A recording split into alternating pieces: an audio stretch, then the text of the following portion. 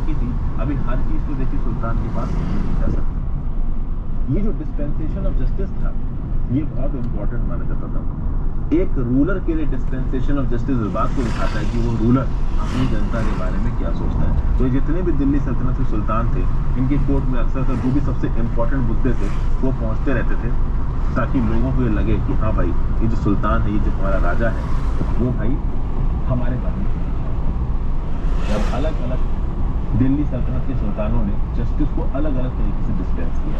जैसे कि बलबन था, बलबन बहुत स्टर्न तरीके से जस्टिस डिस्पेंस करता था। अगर किसी बड़ी नॉबिलिटी ने या किसी बड़े डिप्लोमेटिक ऑफिस वाले ने या उसके ही किसी खास रिश्तेदार ने भी अगर कोई गलती की है तो बलबन उसको सजा देगा, बलबन उनको भी नहीं छोड़ता। होता है ना कि जब आप पोजीशन ऑफ अथॉरिटी में होते हो तो अपने साथ के और जो अपने सिंसियर लोग होते हैं आपके, उनको आप बचा के रखते हो। बलबन का था उसी का। बलबन के राज में अगर आपने कुछ गलत किया है, अगर आप हाई ऑफिसर हो, अगर आप बलबन के रिश्तेदार भी हो, तो भी आपको सजा मिल जाएगी। मोहम्मद बिन तुगलक बलबन से एक स्टेप आगे चला गया। मोहम्मद बिन तुगलक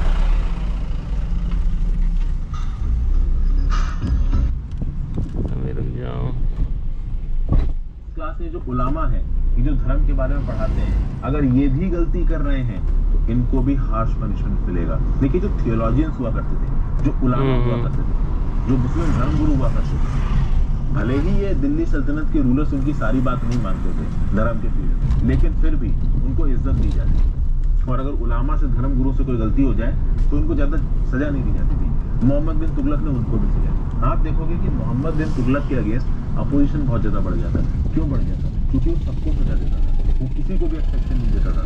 तो जो टॉप नोबिलिटी क्लास थी ना, वो बहुत चिढ़ गई थी। जो मुस्लिम धर्म गुरु थे ना, ये बहुत चिढ़ गए। तो ये पावरफुल लोग, इसीलिए आप देखोगे कि मोहम्मद बिन तुगलक के लिए उनको सवाल पाना धीरे धीरे मुश्किल हो रहा था। फिर दिल्ली सल्तनत में एक और बड़ी प्रॉब्लम थी, ये केवल दिल्ली सल्तनत की प्रॉब्लम नहीं है, जहाँ पे भी राजे रजवाड़े रहे हैं, ये प्रॉब्लम वहाँ हर जगह रही है। और वो है लॉ ऑफ सक्सेशन। तो मतलब एक रूलर मरा तो उसके बाद कौन बैठेगा। सॉरी। तो वैसे तो इस्लामिक थ्योरी में ऐसा बताया गया कि भाई रूलर को इलेक्ट अरे यार ये क्या हुआ? तो नहीं है, तो इलेक्ट कौन करेगा? नोबिलिटी इलेक्ट करेगी। ज्यादा कुछ ऐसा होता नहीं था दिल्ली सल्तनत। दिल्ली सल्तनत में ऐसा देखा गया कि भाई जितने भी बेटे होंगे सुल्तान के, सबका इक्वल क्लेम होगा। प्रिमोजेनिचर को यहाँ पे इंपॉर्टेंस नहीं दी गई। प्रिमोजेनिचर का क्या सीन है? मतलब एक सुल्तान है और उसके मान लो बहुत सारे बेटे, 7-8 बेटे हैं, तो जो सबसे बड़ा बेटा होगा, जो सबसे एल्डेस्ट बेटा होगा, उसका क्लेम होगा गद्दी के ऊपर। ये बोलता है प्रिमोजेनिचर का सिद्धांत। ना इस सिद्धांत को दिल्ली सल्तनत सुल्तान मानते थे, ना ही उनकी नोबिलिटी मानती थी, ना ही धर्मगुरु मानते थे।